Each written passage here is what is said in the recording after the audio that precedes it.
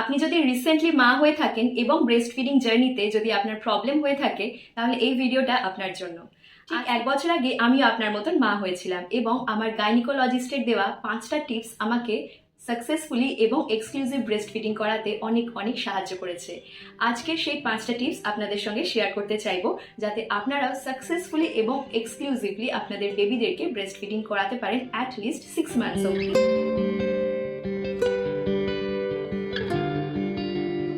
Share করতে চাইবো, উনি আমাকে ওটিতেই সেটা বলেছিলেন যে ওটি থেকে বেরানোর পরে তোমাকে সবাই বলবে ব্রেস্ট মিল্ক হচ্ছে না, আর তুমিও মা হিসাবে কারো কথায় কান না দিয়ে বেবিকে এক্সক্লুসিভলি ব্রেস্ট ফিডিং করিয়ে যাবে। আপনারও যদি মনে হয় এবং আপনার পারিপার্শ্বিক লোকজন যদি বলে ব্রেস্ট মিল্ক হচ্ছে না, বাচ্চার পেট ভরছে না, তাহলে অবশ্যই কিন্তু আপনি ডক্টরের সঙ্গে কনসাল্ট করুন এবং ব্রেস্ট মিল্ক হচ্ছে না বলেই বাচ্চাকে ফর্মুলা মিল্ক দেওয়া শুরু করে দেবেন না। এতে কিন্তু আপনারও ক্ষতি হবে এবং বাচ্চাটাও ব্রেস্ট মিল্ক পাবে না। এই পরিস্থিতির শিকার কিন্তু প্রচুর মেয়ে হয়, সুতরাং ডাক্তারদের এক্সপিরিয়েন্স আছে বলেই সব থেকে প্রথমে উনি আমাকে এই কথাটা বলেছিলেন। সুতরাং তোমার যদি মনে হয় যে তোমার ব্রেস্ট মিল্ক হচ্ছে না এবং বেবির পেট ভরছে না, তাহলে তোমার গাইনিকোলজিস্টের সঙ্গে যোগাযোগ করো, তার সাথে কথা বলো এবং সঠিক ইনফরমেশনটা নেওয়ার চেষ্টা করো। দ্বিতীয় যে কথাটা বলতে চাইবো, এখনকার দিনে অনেক ধরনের টেকনোলজি ইউজ করা হয় ব্রেস্ট মিল্ক বাচ্চাদেরকে খাওয়ানোর ক্ষেত্রে।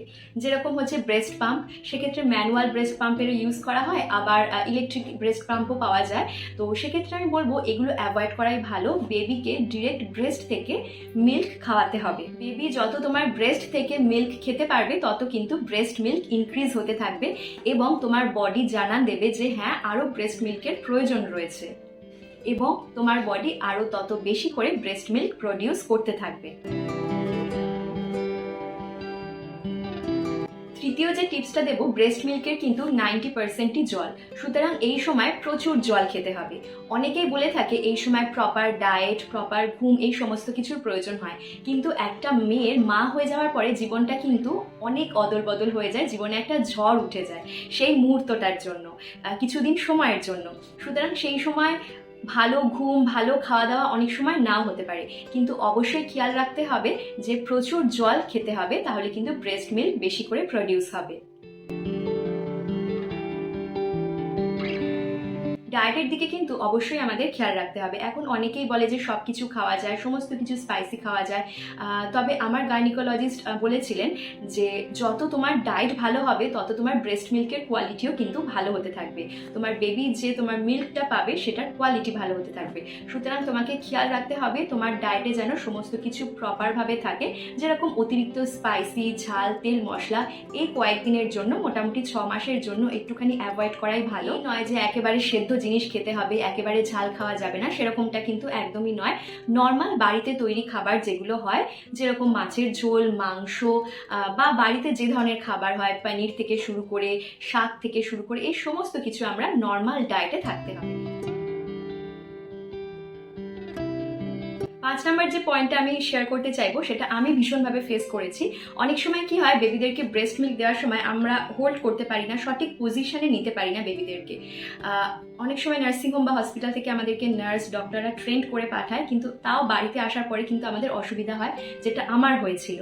তো সেক্ষেত্রে আমি একটা টিপস আপনাদেরকে দেখাতে চাইবো, এটা দেখানোর প্রয়োজন পড়বে। এই ধরনের সফট স্ট্রেচেবল বেবি র্যাপিং ক্লোথগুলো তোমরা খুব সহজেই অনলাইনে পেয়ে যাবে। আমি ডেসক্রিপশন বক্সে লিঙ্ক শেয়ার করে দেবো, চাইলে তোমরা সেখান থেকেও পারচেস করতে পারো। আমি আমার বেবির জন্য একটা সেট অর্ডার করেছিলাম, একটা সেটের মধ্যে 2টো করে থাকে। এই ক্লোথগুলো ভীষণই সফট এবং স্ট্রেচেবল হয়, পরবর্তীকালে বেবি বড় হয়ে গেলে বেবির গা মোছানোর ক্ষেত্রেও এটা ব্যবহার করতে পারো।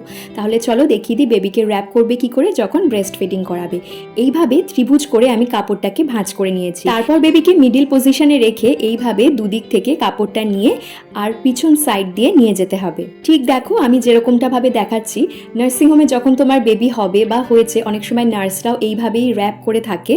শুধু ব্রেস্ট ফিডিং করানোর ক্ষেত্রে নয়, কিন্তু যে সমস্ত নিউবর্ন বেবিরা রয়েছে এবং রাত্রে ঘুমোতে চায় না, আপনারা একটু এইভাবে র্যাপ করে দিয়ে ঘুম পাড়ানোর চেষ্টা করবেন, দেখবেন ঘুম ভালো হবে। তাহলে তোমার যদি বেবিকে ব্রেস্ট ফিডিং করাতে অসুবিধা হয়ে থাকে, তাহলে এইভাবে একবার র্যাপ করে নিয়ে দেখতে পারো, বেবি সুন্দরভাবে ব্রেস্ট ফিড করবে এবং তুমি সহজেই ওকে হোল্ড করতে পারবে। তাহলে এইভাবে কিন্তু তোমরা বেবিকে অনায়াসে ব্রেস্ট ফিড করাতে পারো। আর আশা করছি কোনো রকম অসুবিধা হবে না। আর আগে যে টিপসগুলো বললাম সেগুলো ফলো করতে পারেন। তাহলে ভিডিওটা ভালো লাগলে চ্যানেলটা সাবস্ক্রাইব করে দিতে ভুলবেন না। কেমন লাগলো অবশ্যই কমেন্ট সেকশনে জানাবেন। আর আপনার করা একটা লাইক আমাকে নেক্সট ভিডিও বানাতে অনেক অনেক বেশি মোটিভেট করবে। তাহলে আজকের ভিডিওটা এখানেই শেষ করছি। ফিরবো নতুন ভিডিও নিয়ে। ভালো থাকবেন, সুস্থ থাকবেন। ধন্যবাদ।